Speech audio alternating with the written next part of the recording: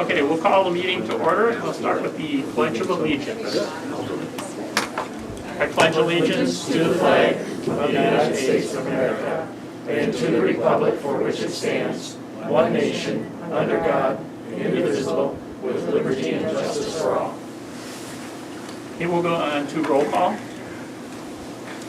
Andy Mary, Yes. Jim Balzer, Mike Boldick, Yes.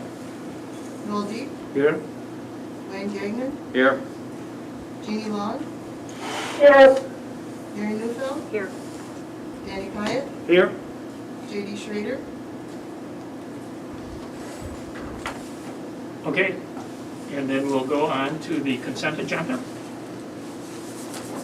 Move the board approve the minutes from the December 22nd, 2020 Board of Education meeting. Financial report from December 2020, consideration of current bills, check numbers 4389 to 4467 in the amount of $241,408.37. ACH number 2021004700 through 2021005550 in the amount of $746,568.61, and one wire transfer in the amount of $8,522.01 for a total of $996,498.99. Seconded. Okay, any questions or comments on any of this? And then we'd go ahead and do a roll call. Boldick, Yes. Deep, Yes. Gagnon, Yes. Long, Yep. Newfeld, Yes. Pyatt, Yes. and Mary. Yes. And then we'll go on to public comment. Who's not signed up? None in there, okay? And then we'll go on to the student representative report. Okay, good evening. Noelle would like to apologize for her absence. She is at a basketball game in Pines right now, but as far as sports and activities at the high school, coming up we have girls basketball and boys basketball, which both have games tonight. Wrestling will have regionals at Tomahawk, and that is their next match. Boys hockey has an away game at Lakeland tonight. Girls hockey will have a triangular this Saturday at Baraboo. The cheer team is supporting the boys basketball game tonight at the high school. And gymnastics has their next meet February 12th at Medford, and it's the GNC Championship. And then also coming up we have Pride Week, which is February 1st through the 5th. And we have several dress-up days to help the school spirit that week. We have Monday, which is Pride in Ourselves, and we will dress in our future career. Tuesday, which is Pride in Our Community, which means wearing local logos of businesses and sports teams. Wednesday, which is our class color day. Thursday, which is our wearing our Red Robin gear. And this is also the ACT and forward exam test prep day. And then Friday, we will be dressing comfortable in pajamas. Yesterday, we kicked off third quarter at the high school, and students are now attending their odd-numbered classes. And fourth quarter, we will switch back to the even-numbered classes. Last week, we finished up the FastBridge testing for grades 8 through 11. And Mr. Schofield is working on collecting some videos about clubs to share with our middle and elementary schools to show during Pride Week, which will highlight our community and along with all of the club members. Okay, Thanks. so the sporting events, it's still just parents for spectators? I believe so. For hockey, we get 2 tickets per player for girls hockey, and I think Okay, for so boys that's 2 hockey. tickets? Yes. However you want to give them out. Okay. We can go on to the COVID update. Okay. Darlene, can we start with you an update on numbers and the vaccines? Okay, numbers, at this point, at this specific point in time, the in-person aspect of the district is COVID-free, which is good. So that can change, of course, but right now, for the last 24 hours, we have been COVID-free, which is a good feeling. As far as the vaccines, the unfortunate thing with the vaccines, DHS just sent out, had just gotten done prioritizing the next group to be rolled out. Educators are on top along with child care workers.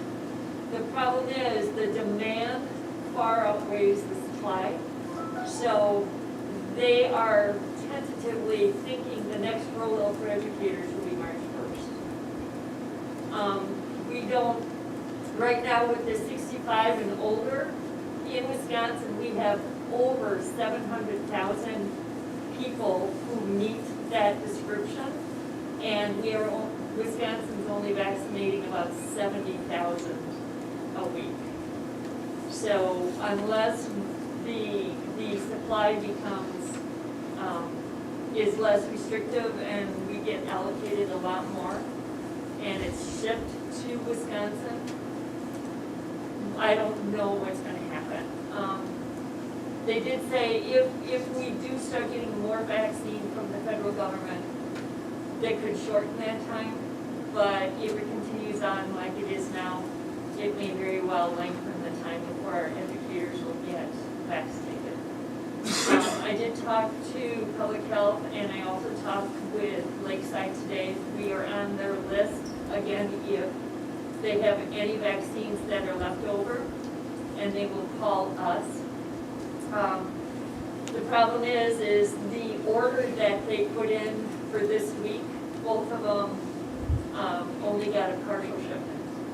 Because I think I might have reported off, in the past, we only had 100 vaccinators, now there's 1,200. So instead of delivering full supply to just a few, they're doing partial to everybody. So that's also limiting the amount of people that they're able to vaccinate as well. So I'm hoping that we do get a couple more calls. Next week, we will have 11 staff members fully vaccinated next week. And I'm hoping that we get more calls so we can get those high priority, or with the health risks, at least to get their first vaccine, so. Are there any questions? Thank you. I just have a question, and I'm not sure if it's for you or for Dr. Lee. Yeah. When they talk about the new strains of COVID, and I was listening to this thing today, and it was saying that everybody should be wearing a double mask, like I know you often do. But do you think that's something that's going to happen? I mean, in our schools, to me, I go in and I see kids and they're all wearing their masks, and I think, this is great, we shouldn't try to make it harder. Yeah, I don't think that, if you look at the efficacy of the mask, there are several out there, go on the CDC or any site. Compared to the cloth mask, the surgical masks are a little more effective. Sometimes it's a lot easier for me to breathe through it and to talk, compared to sometimes a cloth mask which can be a little restrictive and at the same time not giving you that protection. But that being said, if everybody wore it the proper way, when you wear a mask, you cover your nose and mouth. People somehow, I see them walking through with it like a chin strap or anything. That's not effective at all. If everybody actually covered their noses, that's the major source of your spread. So if people can get to the surgical mask, I think I would definitely support that. And I don't think the double mask may not be effective it's probably going to be a little difficult for some people. I'm probably one of the few people who double mask in my hospital, and it was not needed all these months, but still, we just want to be extra careful. Okay. And the vaccine for those strains seems to be effective so far. I think the British strain, as of yesterday, they said that the vaccine is effective. And for the South African strain, though, I think that it was not as effective as for the British strain. There was a 6-fold decrease in the neutralizing antibodies for the South African strain. So they may be coming up with a booster. We've talked about this once before. Maybe this might be one of those where you get your annual flu vaccine and your annual COVID vaccine. Could be. Okay. Is there more? Yes, just a bit, 2 items left. One is we continue to elicit feedback from staff regarding schedules for next year.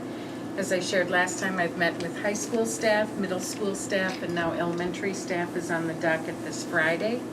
So after we have all of that information, we'll likely put down the main thoughts and narrow it further through a survey, and then reach out to families as well.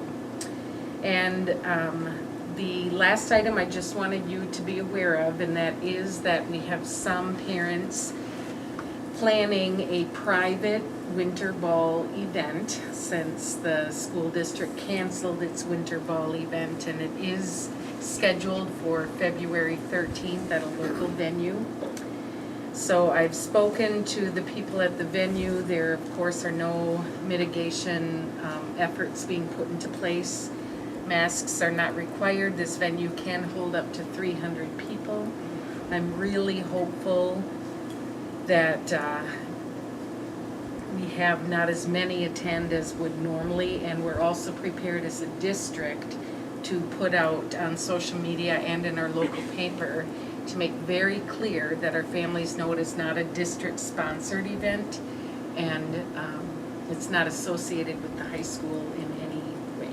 So, but unfortunately, you know, that's it's kind of off limits for us to have any jurisdiction. So we just have to hope that people use good judgment, and we'll go from there. So, but I wanted you to know in case you feel any questions.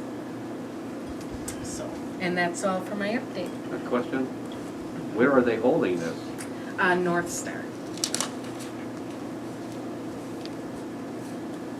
Just a comment though, Andy, I think on all of this, I think our staff and our students and our faculty are to be commended. If we don't currently have any active cases, it tells me that we're washing our hands, we're masking up, we're taking all the right precautions, and everybody's to be commended for their efforts, because we're seeing results, and it's positive results.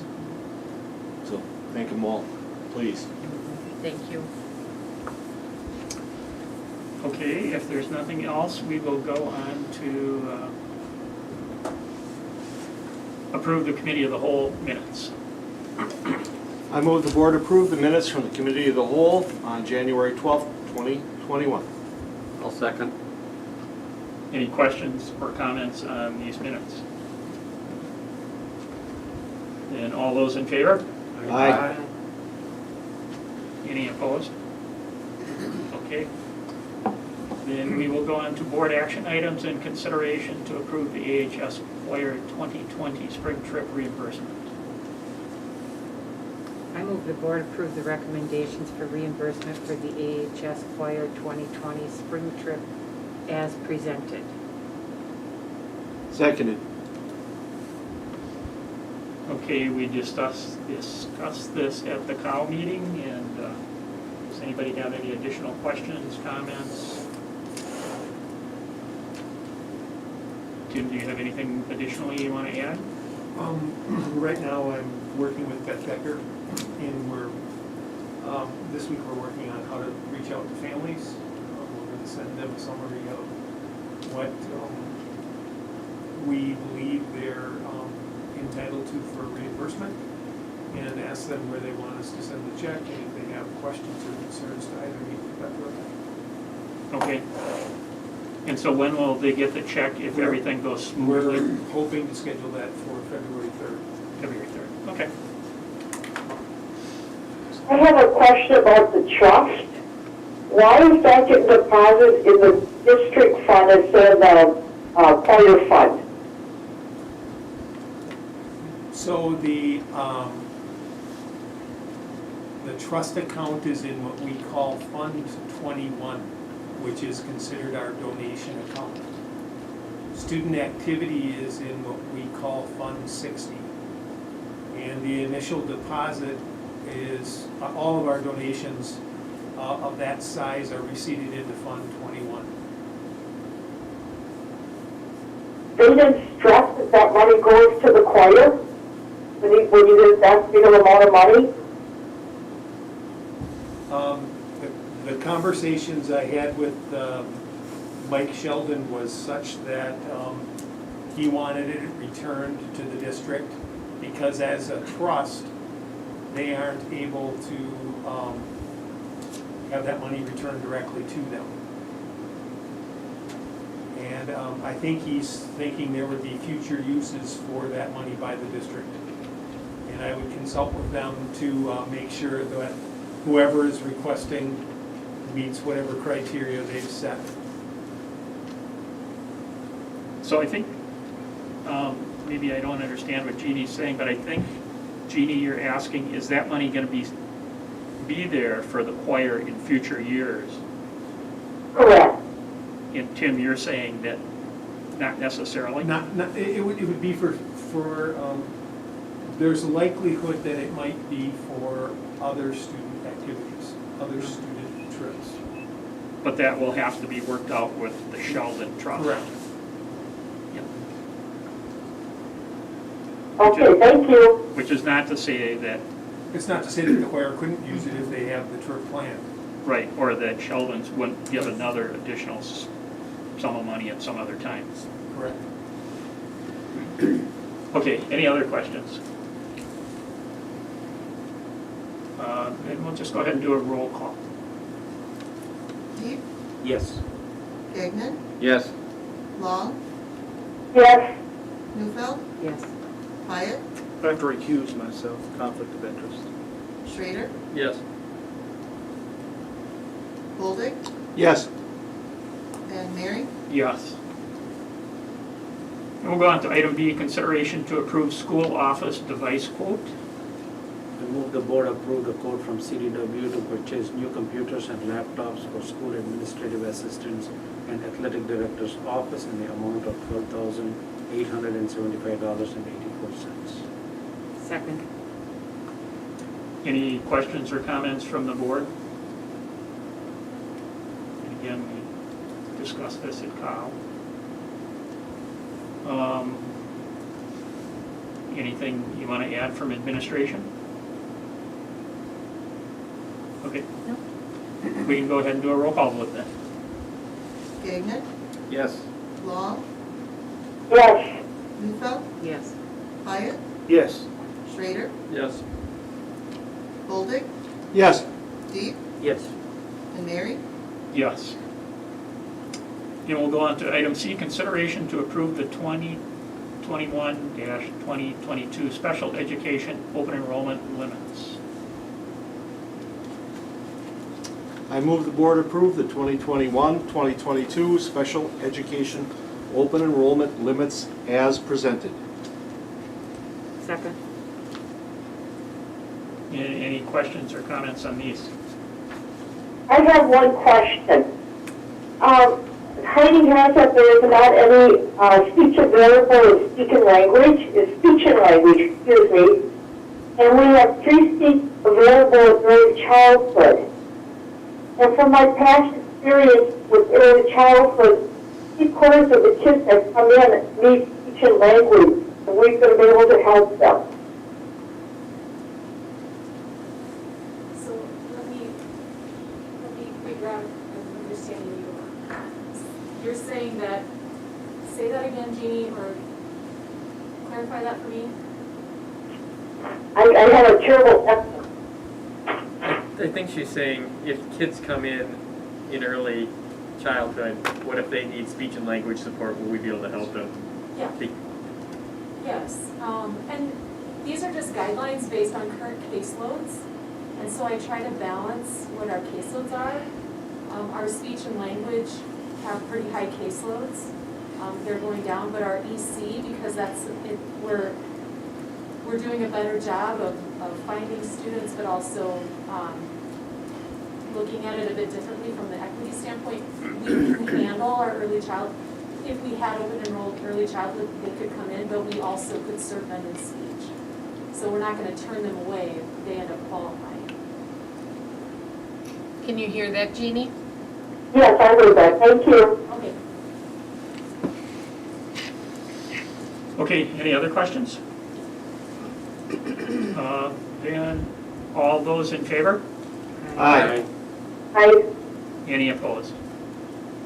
Okay, that passes, and we will go on to report of employee resignations. Move the board accept the resignation of Jack Nowak, middle school social studies teacher, effective January 29, 2021, and Stephanie Loderbauer, administrative assistant of special education and pupil service, effective February 2nd, 2021. Second.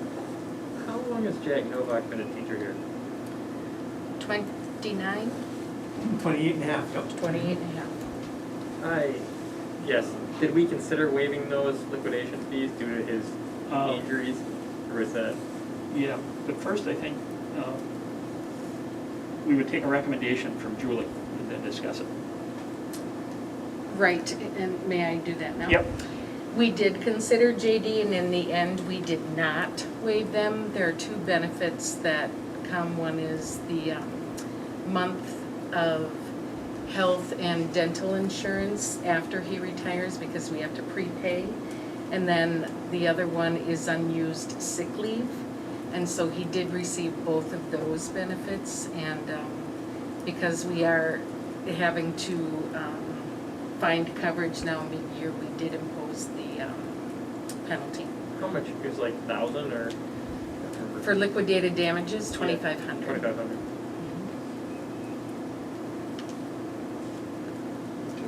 Okay, I didn't mean to cut you off. That's but- fine. So if you have more to say about it. So I could theoretically make a motion and try to do that for my old 8th grade social studies teacher, but I guess it.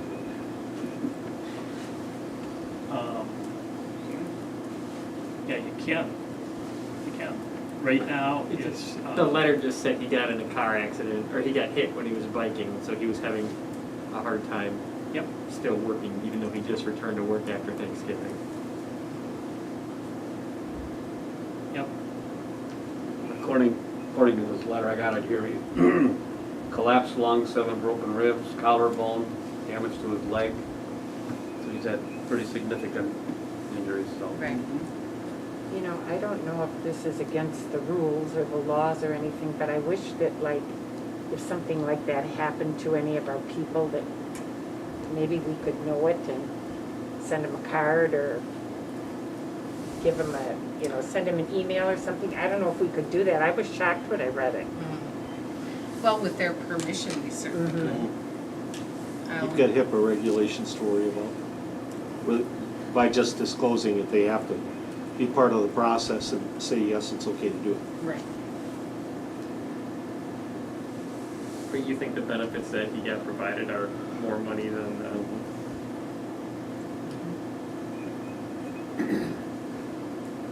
And he was all good with it. A letter was generated, so I assume he probably would have received that by now. Yeah, it got mailed out earlier it got mailed out yesterday. We've been in conversation with Mr. Novak for about 3 weeks maybe. He was aware of liquidated damages. The premium that Julie's talking about is about $615, and he's getting sick leave buyout, which would be, I think, around $2,900 or something to that effect. So the net is neutral, but you can go ahead and what Jack is asking for. And in speaking with Tim, a mid-year retirement like this hasn't, certainly not in my tenure, but I don't think he recalled any either. No, and I was suggesting to Julie that normally in March now, I'll come to you and ask to give a deposit into the HRA. And since Jack has completed half a year, that we would likewise make a half-year deposit into his HRA account as well.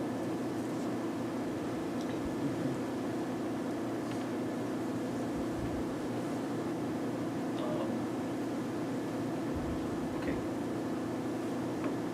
Any other comments, thoughts?